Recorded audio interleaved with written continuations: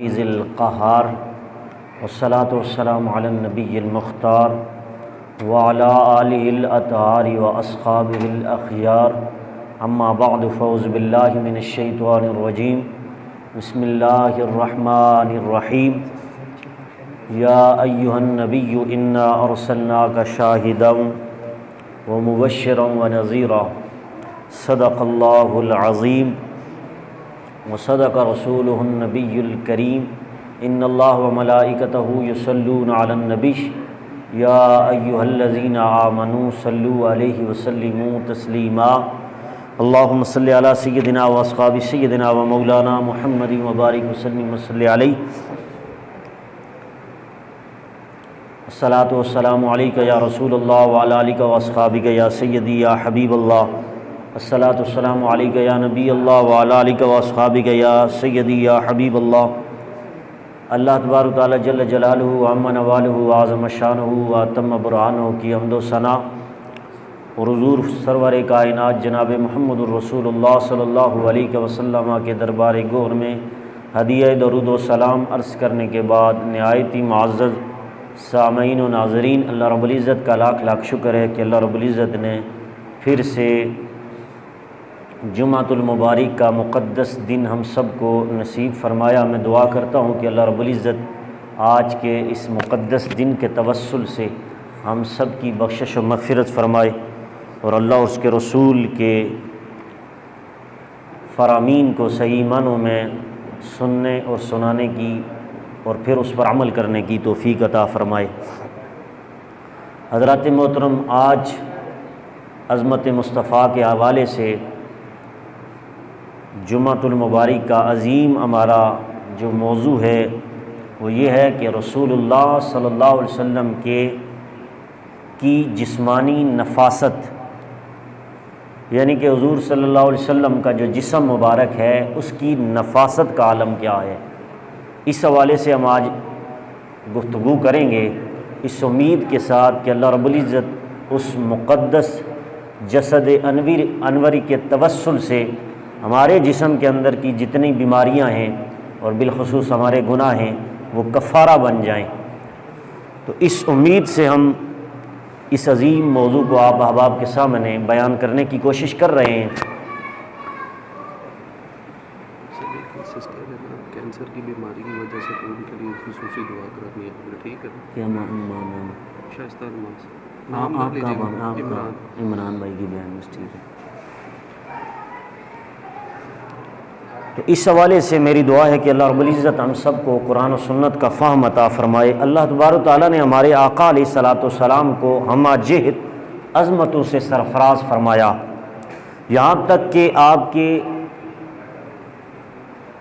پیکر کو اپنی نشانیوں میں سے ایک عظیم نشانی قرار دیا، جیسا کہ قرآن مجید کے اندر اللہ رب العزت نے سورہ نساء کی آیت نمبر 65 میں اللہ رب العزت نے فرمایا یا ایھا الناس قد جاءکم برہان من ربکم، اے لوگو تمہارے رب کی طرف سے تمہارے رب کی تمہارا نبی دلیل بن کر آ گیا ہے۔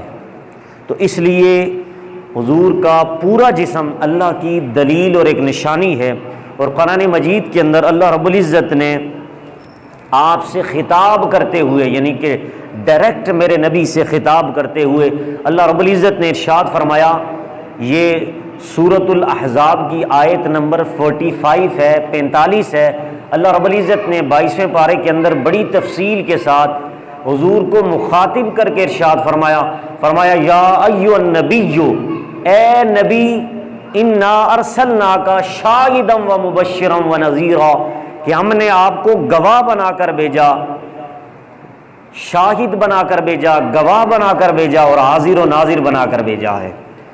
اب یہاں پر رسول اللہ صلی اللہ علیہ وسلم کا پیکر اللہ کی توحید کی دلیل ہے، اور رب ذوالجلال نے آپ کو اپنی توحید کا گواہ قرار دیا اور اس بات کو واضح کیا، رحیم میں ہوں اور میرے رحیم ہونے کے لیے میری رحیم ہونے کے لیے میرا نبی رحمت بن کر گواہی کے طور پر تمہارے سامنے موجود ہے، اور میں کریم ہوں، میرے کرم کے گواہ مصطفیٰ تم ہو، اور اسی طرح میں خبیر ہوں، میری خبر کے گواہ تم ہو، یہ اللہ بتا رہا ہے قرآن مجید کے اندر۔ اور اسی طرح اللہ فرماتا ہے جس نے میرے علم کو دیکھنا ہے وہ میرے نبی کے علم کو دیکھ لے، جس نے میری شان کو دیکھنا ہے وہ میرے نبی کی شان کو دیکھ لے، جس نے مجھے سننا ہے وہ میرے نبی کو سن لے، اور جس نے میری عظمتوں کو اور میری رفعتوں کو اور میری شان اور شوکت کو سمجھنا ہے وہ میرے مصطفیٰ کی شان کو سمجھ لے، شوکت کو سمجھ لے، عظمت کو سمجھ لے۔ اور جس نے میرے اختیار کو، میری اتھارٹی کو سمجھنا ہے وہ میرے نبی کے اختیار کو سمجھ لے، اور جس نے میری ذات کا مشاہدہ کرنا ہے وہ میرے نبی کی ذات کا مشاہدہ کر دے۔ حضرات محترم، رب ذوالجلال نے اسی آیت کی تفسیر میں بڑی تفصیل کے ساتھ ایک کوزے کے اندر بند کر کے میرے نبی کی شان کو بیان کیا۔ فرمایا جس نے میرے جمال کو دیکھنا ہے وہ تمہارے جمال کو دیکھ لے، اور اس بنیاد پر اللہ رب العزت نے حضور کے پیکر کو، حضور کے وجود کو اتنا عظیم بنایا۔ جو شخص پیکر نبوی کی طرف متوجہ ہو جائے اسے اللہ رب العزت، اللہ تبارک و تعالیٰ کی شان اور اللہ تبارک و تعالیٰ کے پہنچنے کا حضور کی ذات وسیلہ بن جایا کرتی ہے۔ اور اللہ تبارک و تعالیٰ نے آپ کے پیکر کو اتنا عظیم اور بلند بنایا کہ جو میرے نبی علیہ الصلوۃ والسلام کے پیکر کی طرف متوجہ ہو جاتا ہے اسے رسول اللہ کو دیکھتے ہی اللہ تبارک و تعالیٰ کے دربار تک رسائی مل جاتی ہے۔ اس بنیاد پر آپ کے پیکر کی نفاست بھی توحید کا بہت بڑا سبجیکٹ ہے، توحید کا بڑا مضمون ہے، اور آپ کے پیکر کی جو نظافت ہے اس سے بھی لوگوں کے دلوں کے اندر اندھیرے دور ہو جاتے ہیں۔ تو سن لیجئے، اس حوالے سے آپ احباب کے سامنے بلا امتیاز و تفریق اور بلا مبالغہ حضور کی شان آپ حوالے کے سامنے چند حوالہ جات میں پیش کرنے لگا ہوں کہ دیکھیں حضور نبی کریم علیہ الصلوۃ والسلام کے 1.25 لاکھ صحابہ کرام نے جو تجلیاں حضور کے اندر دیکھی، اس روش کا آج رد کیا جا رہا ہے۔ اگر ہٹ درمی کو چھوڑ کر اور بغض و عناد کی اینک کو اتار کر شان مصطفیٰ کا قرآن اور حدیث میں مطالعہ کیا جائے تو آج بھی ہم حضور نبی کریم علیہ الصلوۃ والسلام کی عظمت کو صحیح طریقے سے سمجھ سکتے ہیں۔ تو اس لیے آج سنیے، اپنی آنکھیں ٹھنڈ کیجئے کہ میرے نبی کے جسم مبارک کو اللہ رب العزت نے کتنا کمال اور کتنی نفاست عطا فرمائی تھی۔ سن لیجئے، حضرت انس بن مالک رضی اللہ تعالیٰ عنہ آپ کہتے ہیں، بیکی شریف دلائل النبوہ کے اندر 189 پیج کے اوپر اس حدیث کو نقل فرماتے ہیں۔ حضرت انس بن مالک رضی اللہ تعالیٰ عنہ آپ کہتے ہیں، قال شممت عمرا قط ولا مسکن ولا شیئا اطیب من رسول اللہ۔ فرماتے ہیں کہ کوئی خوشبو، خواہ وہ عنبر ہو یا کستوری کی خوشبو ہو، پوری کائنات میں وہ فرماتے ہیں مجھے ایسی کوئی خوشبو نہیں ملی، ایسی خوشبو میں نے سونگا ہی نہیں ہے۔ حضرت انس فرماتے ہیں میری آنکھ نے ایسی کوئی خوشبو پوری کائنات میں نہیں دیکھی جس خوشبو کے بارے میں میرے رب ذوالجلال نے مصطفیٰ کا پیکر بنایا۔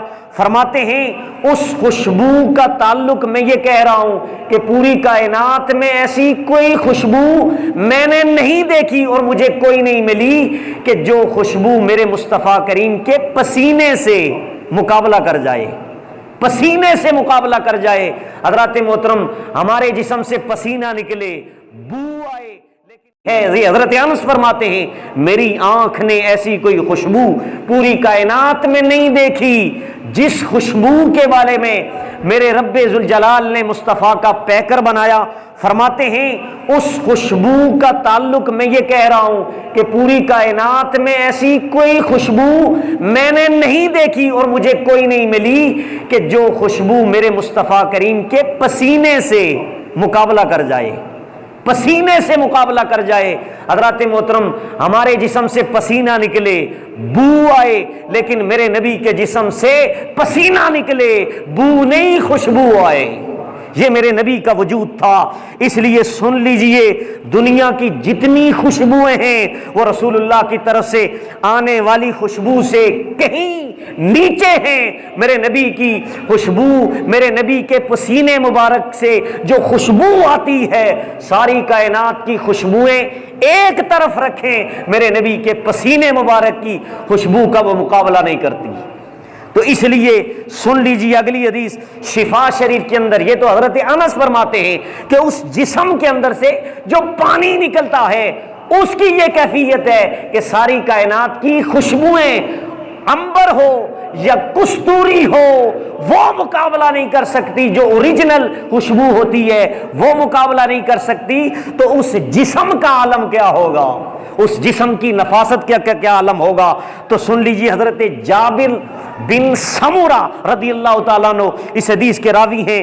شفا شریف کے اندر قاضی ایاز نے اور شرح شفا کے اندر نسیم الریاض کے اندر امام خفاجی نے اپنی کتاب کے اندر جلد 2 صفحہ 9 پر اس حدیث کو نقل کیا، اور امام بہقی نے دلائل النبوہ کی جلد 1 صفحہ نمبر 190 پر اس حدیث کو 2 کتابوں کا حوالہ پیش کر رہا ہوں. حدیث نقل کی حضرت جابر بن سمورہ رضی اللہ تعالیٰ عنہ اپنی محبت کا پردہ چاک کرتے ہوئے کیا فرماتے ہیں؟ فرماتے ہیں انہو صلی اللہ علیہ وسلم مسخ خدہ.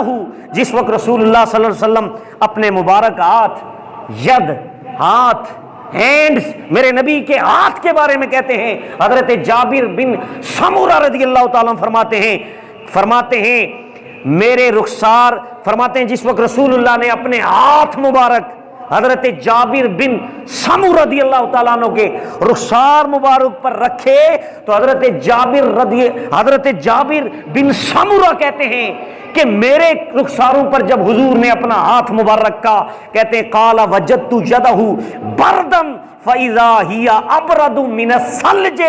رسول اللہ کا ہاتھ جب میرے چہرے پہ رخسار پر لگا تو مجھے ایک ایسی ٹھنڈک محسوس ہوئی کہ وہ ٹھنڈک اولوں سے بھی زیادہ سرد تھی. وہ ٹھنڈک اولوں سے بھی زیادہ سرد تھی. اولے کس کو کہتے ہیں؟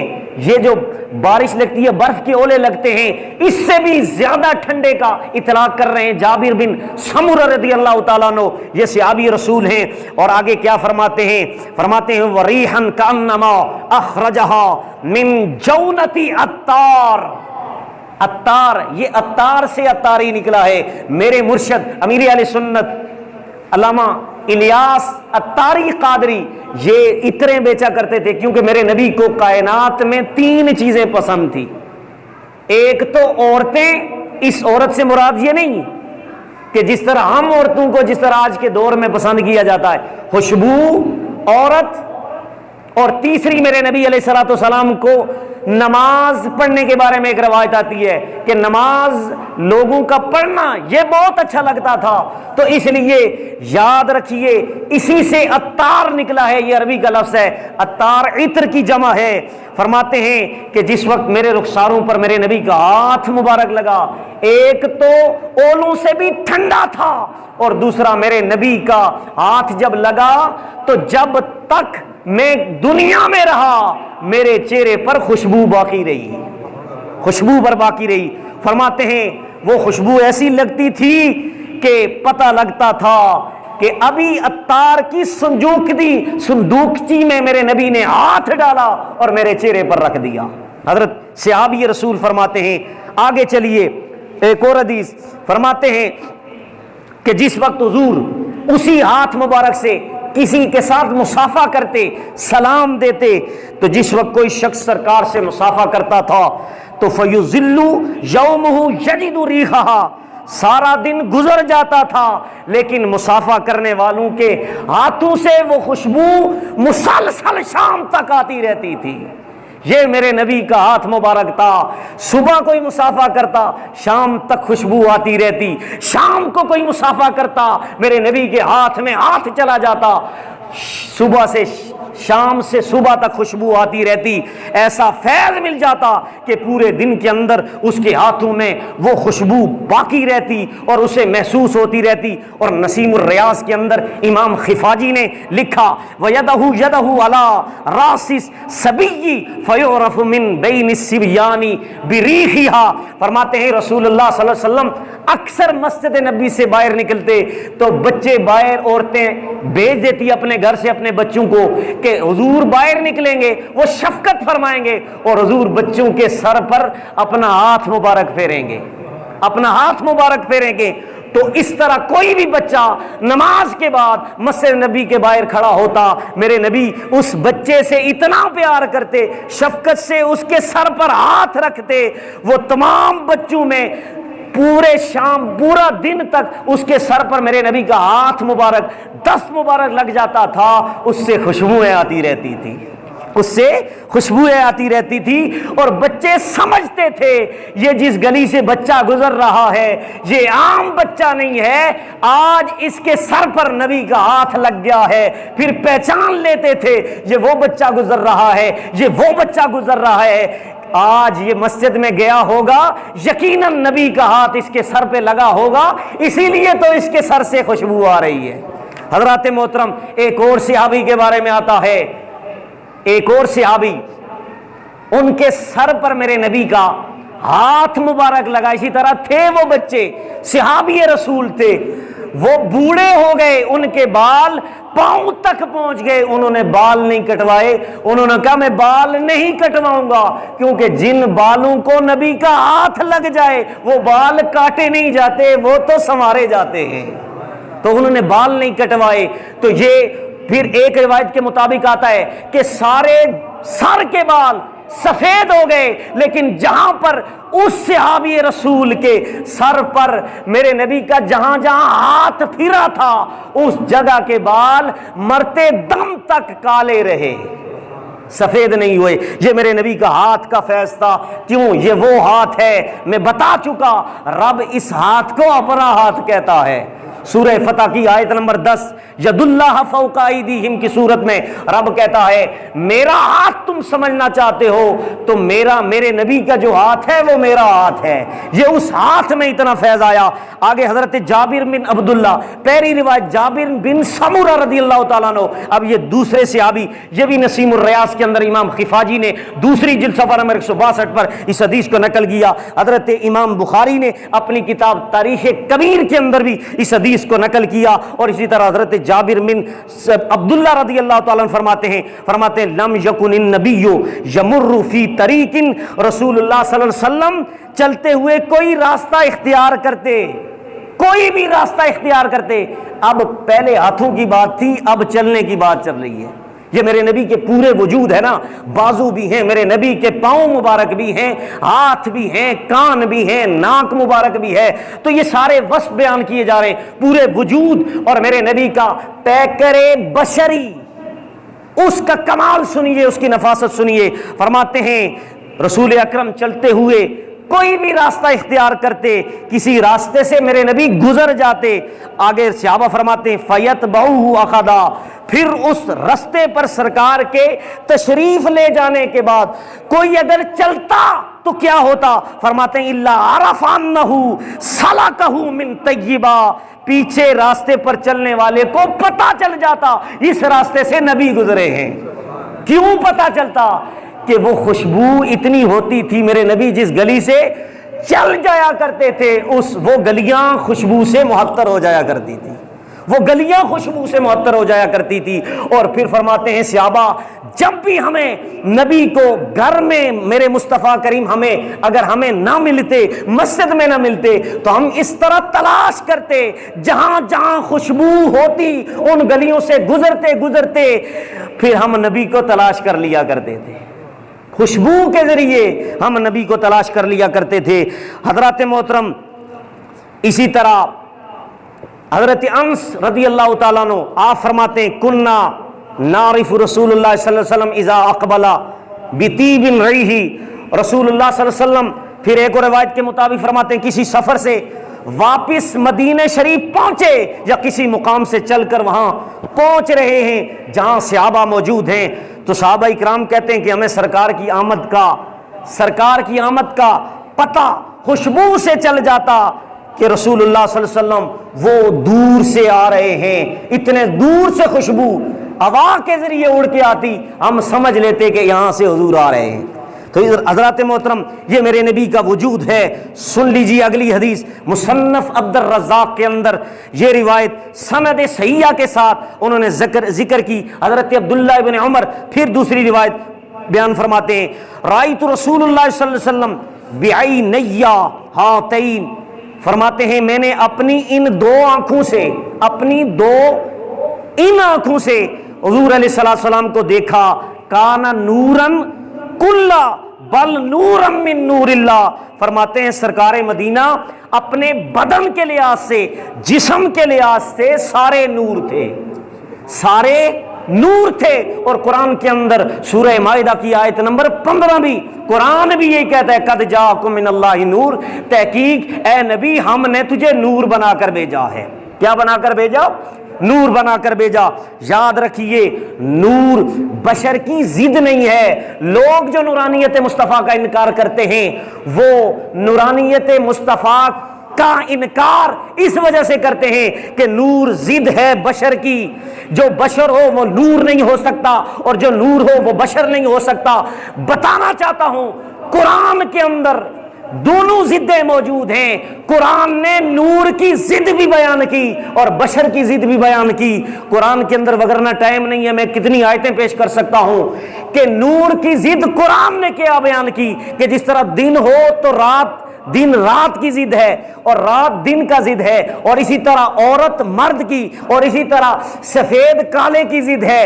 تو اس طرح یہ ضدیں جو ہیں اس طرح بتایا جا رہا ہے کہ جو نور ہو وہ بشر نہیں ہوتا اور جو بشر ہو وہ نور نہیں ہوتا۔ بتانا چاہتا ہوں نور کی ضد قرآن سے سن لو، علمی نقطہ سن لو، نور کی ضد ظلمت ہے۔ کیا ہے؟ ظلمت۔ نور روشنی کو کہتے ہیں اور روشنی کی ضد اندھیرا ہے۔ عربی میں اگر سمجھو گے تو من الظلمات الی النور کی صورت میں ظلمت سمجھو گے تو معاذ اللہ اگر حضور کو تم نور نہیں مانتے تو پھر تمہیں معاذ اللہ ظلمت کی طرف تمہارا خیال جائے گا تو تمہارا ایمان خراب ہو جائے گا۔ تو بتا رہا ہوں نور کی ضد ظلمت ہے اور بشر کی ضد فرشتہ ہے۔ بشر کی ضد فرشتہ ہے۔ یہ کہو ہم حضور کو فرشتہ نہیں مانتے، افضل البشر مانتے ہیں، اور دوسرا حضور کو نور مانتے ہیں۔ یہ دونوں شانیں اللہ رب العزت نے حضور کو عطا فرمائی ہیں۔ آج لوگ نور اور بشر کے جھگڑے میں پڑھ کر کوئی کیا کہہ رہا ہے کوئی کیا کہہ رہا ہے، ارے لوگوں سنو، یہ میرے نبی کی شان نہیں ہے۔ کوئی تو نور تک، میرے نبی کی عظمت نور تک پہنچا، کوئی نبی کی بشریت تک پہنچا، لیکن سنو میرے نبی علیہ الصلوۃ والسلام نے فرمایا یا ابو بکر لم یعرفنی حقیقت غیر ربی، اے ابو بکر میری حقیقت کو میرے رب کے بغیر کوئی سمجھ ہی نہیں سکتا۔ حقیقت تک کوئی نہیں پہنچا میرے نبی کی اصل حقیقت کیا ہے۔ کوئی بشریت میں ڈوب گیا، کوئی نورانیت میں پھنس گیا، دلائل پیش کیے، ادھر سے بھی دلائل ادھر سے بھی دلائل، لیکن میں بتانا چاہتا ہوں آؤ میرے نبی نے خود امت کو عقیدہ دیا۔ امام الانبیاء نے امام الصحابہ کے سامنے فرمایا اے ابو بکر تو امام الصحابہ ہے، تو سارے صحابہ کا سردار ہے، میں سارے نبیوں کا سردار ہوں، تجھے میں عقیدہ دے کے جا رہا ہوں لم یعرفنی حقیقت غیر ربی، میری حقیقت کو میرے رب کے بغیر کوئی پہچان ہی نہیں سکا۔ تو اس لیے حضور کی عظمت تو وہ ہے کہ جو کوئی سمجھ ہی نہیں سکا۔ تو اس لیے یہ صحابی فرماتے ہیں سرکار اپنے بدن کے لحاظ سے، اپنے جسم کے لحاظ سے نور ہیں، بلکہ نور من نور اللہ ہیں، اللہ کے نور میں سے ایک نور ہیں۔ اور یہاں پھر ایک مغالطہ دیا جاتا ہے۔ کیا مغالطہ دیا جاتا ہے؟ مغالطہ دے دیا جاتا ہے کہ اللہ کے نور کے آپ نے ٹکڑے کر دیے معاذ اللہ۔ تو میں بتانا چاہتا ہوں سنو، اگر یہی مطلب ہے ہم بتانا چاہتے ہیں کہ اللہ کے نور کے فیضان سے میرے نبی کے نور کو پیدا کیا گیا، تخلیق کی گئی نور کے فیضان سے۔ تو سن لیجئے کہ یہ جو مسئلہ بتایا جا رہا ہے کہ نور کے ٹکڑے کر دیے، تو پھر قرآن کے اندر اللہ رب العزت نے سب سے پہلے انسان جناب آدم علیہ السلام کو جب پیدا کیا تو ان کے جسم کے اندر اپنی روح پھونکی، وَنَفَخْتُ فِيهِ مِن رُوحِي، جسم کے اندر دم ڈالا میرے رب نے اس جسم اس باڈی کے اندر، تو فوراً ان کے اندر روح کا کچھ حصہ، رب کی روح کا کچھ حصہ یہاں آدم علیہ السلام کے جسم کے اندر گیا، تو آدم علیہ السلام کی آنکھ کھلی تو کہتے ہیں رفعت راسی، میں نے سر اٹھایا اوپر آسمان، علی قوائم العرش، عرش کے اوپر کیا میں نے دیکھا، علی قوائم العرش لا الہ مکتوبا لا الہ الا اللہ محمد الرسول اللہ، میں نے عرش پر دیکھا، عرش کے کنوں پر لکھا ہوا تھا لا الہ الا اللہ محمد الرسول اللہ۔ یہ آدم کہتے ہیں۔ تو پھر یہ بتانا پڑے گا کہ پھر روح کے بھی ٹکڑے ہو گئے، جب نور کے ٹکڑے سمجھتے ہو تو پھر روح بھی آدم علیہ السلام کے اندر پھونکی گئی تھی، پھر اس کے بارے میں بھی اطلاق ہوگا کہ وہ بھی روح کے بھی ٹکڑے ہو گئے۔ تو بتایا جا رہا ہے آدم علیہ السلام کے جسم کے اندر رب کی روح کا فیضان گیا، اور میرے نبی کا جسم جو تھا وہ رب کے نور کا فیضان ہے، نور کا فیضان ہے۔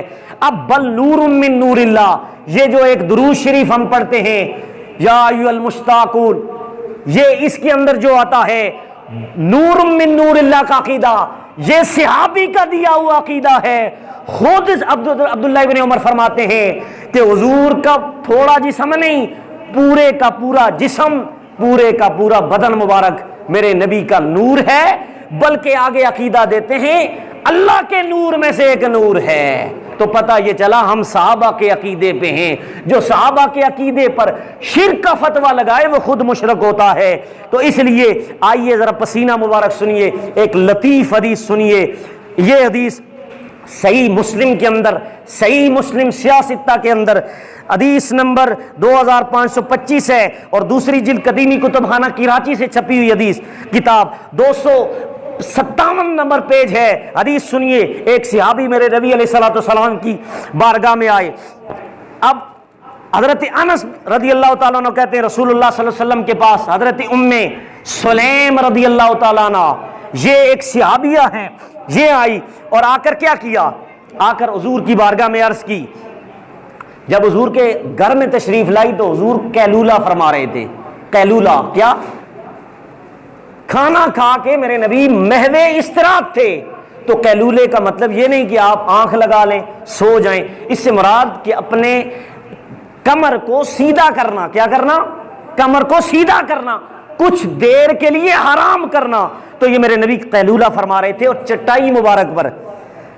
اب حضرت انس فرماتے ہیں انس ان النبی صلی اللہ علیہ وسلم کان یاتی ام سلیم فیقیل عندها فتبسط له نتا فیقل علیہا وکان کثیر العرق فکانت تجمع عرقه وتجعله فی الطیب والفواریر۔ اب حدیث سنیے حدیث کیا ہے۔ حضرت ام سلیم رضی اللہ تعالیٰ عنہ، یہ عورتیں آپ تشریف لاتی ہیں، حضور قیلولہ فرما رہے ہوتے ہیں، اور حضرت ام سلیم رضی اللہ تعالیٰ عنہ رسول اکرم صلی اللہ علیہ وسلم کے لیے چمڑے کی چٹائی جو ہے نا وہ بچھا دیتی ہیں، اور وکان کثیر العرق، رسول اللہ کو بہت زیادہ اس چٹائی پر پسینہ مبارک آتا ہے۔ کیا آتا ہے؟ پسینہ مبارک آتا ہے۔ وکان کثیر العرق، بہت زیادہ پسینہ مبارک آتا ہے۔ فکانت تجمع عرقہ وتجعلہ فی الطیب والقواریر۔ تو حضرت ام سلیم لکڑی کے ساتھ پسینہ گٹھا کر لیتی ہیں، لکڑی لیتی ہیں، اس سے میرے نبی کا پسینہ گٹھا کر لیتی ہیں اور اس کو اپنی خوشبو میں ڈالتی ہیں اور ایک شیشی اس میں بند کرتی ہیں۔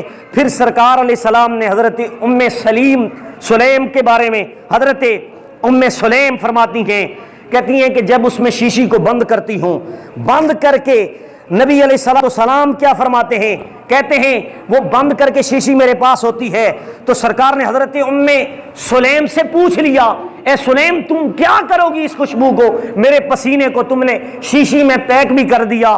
تو آپ نے جب دیکھ لیا تو کیا فرمایا؟